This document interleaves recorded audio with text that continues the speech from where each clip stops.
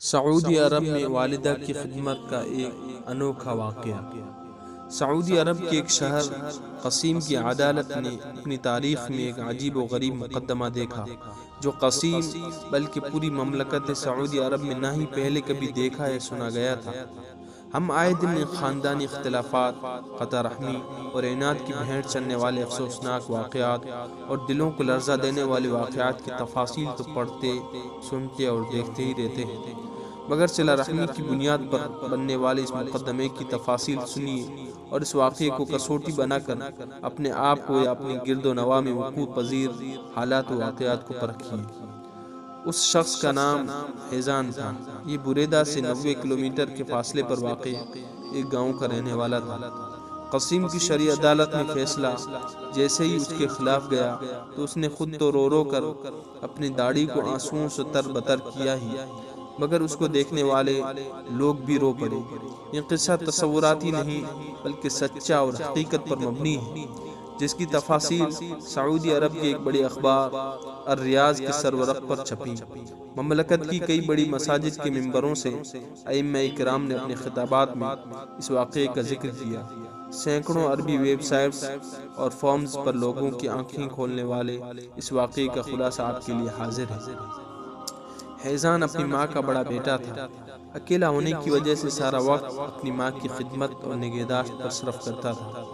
حیزان کی ماں ایک بوڑھی اور لاچار عورت، جس کی کل ملکیت پیتل کی ایک انگوٹھی جسے بیچا جائے تو کوئی 100 روپے بھی دینے پر آمادہ نہ ہو۔ سب کچھ ٹھیک جا رہا تھا کہ ایک دن دوسرے شہر سے حیزان کے چھوٹے بھائی نے آ کر مطالبہ کر ڈالا کہ میں ماں کو ساتھ لے کر جانا چاہتا ہوں تاکہ وہ شہر میں میرے خاندان کے ساتھ رہ سکے۔ حیزان کو اپنے چھوٹے بھائی کا اس طرح آ کر ماں کو شہر لے جانے کا ارادہ بالکل پسند نہ آیا۔ اس نے اپنے بھائی کو سختی سے منع کیا کہ وہ ایسا نہیں کرنے دے گا۔ ابھی بھی اس کے اندر اتنی ہمت، سخت اور استطاعت ہے کہ وہ ماں کی مکمل دیکھ بھال اور خدمت کر سکتا ہے۔ دونوں بھائیوں کے درمیان تو دکار زیادہ بڑھی تو انہوں نے معاملہ عدالت میں لے جانے کا فیصلہ کیا، مگر معاملہ عدالت میں جا کر بھی جوں کا توں ہی رہا۔ دونوں بھائی اپنے موقف سے دستبردار ہونے پر آمادہ نہیں ہونا چاہتے تھے اور عدالت پیشیوں پر پیشیاں دیتی رہی تاکہ وہ دونوں کسی حتمی فیصلے پر پہنچ سکیں، مگر یہ سب کچھ بے سود رہا۔ مقدمے کی طوالت سے تنگ آ کر قاضی صاحب نے آئندہ پیشی پر دونوں کو اپنی ماں کو ساتھ لے کر آنے کے لیے کہا تاکہ وہ ان کی ماں سے ہی رائے لے سکے کہ وہ کس کے ساتھ رہنا زیادہ پسند کرے گی۔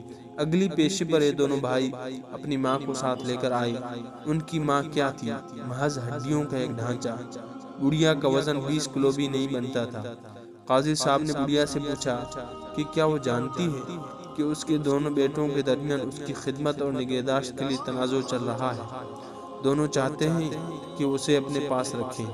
ایسی صورتحال میں وہ کس کے پاس جا کر رہنا زیادہ پسند کرے گی؟ بڑھیا نے کہا، ہاں میں جانتی ہوں، مگر میرے لیے کسی ایک کے ساتھ جا کر رہنے کا فیصلہ کرنا بہت مشکل ہے۔ اگر حیزان میری ایک آنکھ کی مانند ہے تو اس کا چھوٹا بھائی میری دوسری آنکھ ہے۔ قاضی صاحب نے معاملے کو ختم کرنے کی خاطر حیزان کے چھوٹے بھائی کی مادی اور مالی حالت کو نظر میں رکھتے ہوئے مقدمے کا فیصلہ اس کے حق میں کر دیا۔ جی ہاں، تو یہ وجہ تھی حیزان کے اس طرح دھاڑے مار کر رونے کی۔ کتنے قیمتی تھے حیزان کے آنسو، حسرت کے آنسو کہ وہ اپنی ماں کی خدمت کرنے پر قادر کیوں نہیں مانا گیا۔ اتنا عمر رسیدہ ہونے کے باوجود بھی ماں کی خدمت کرنے کو سعادت حاصل کرنے کے لیے یہ جد و جہد۔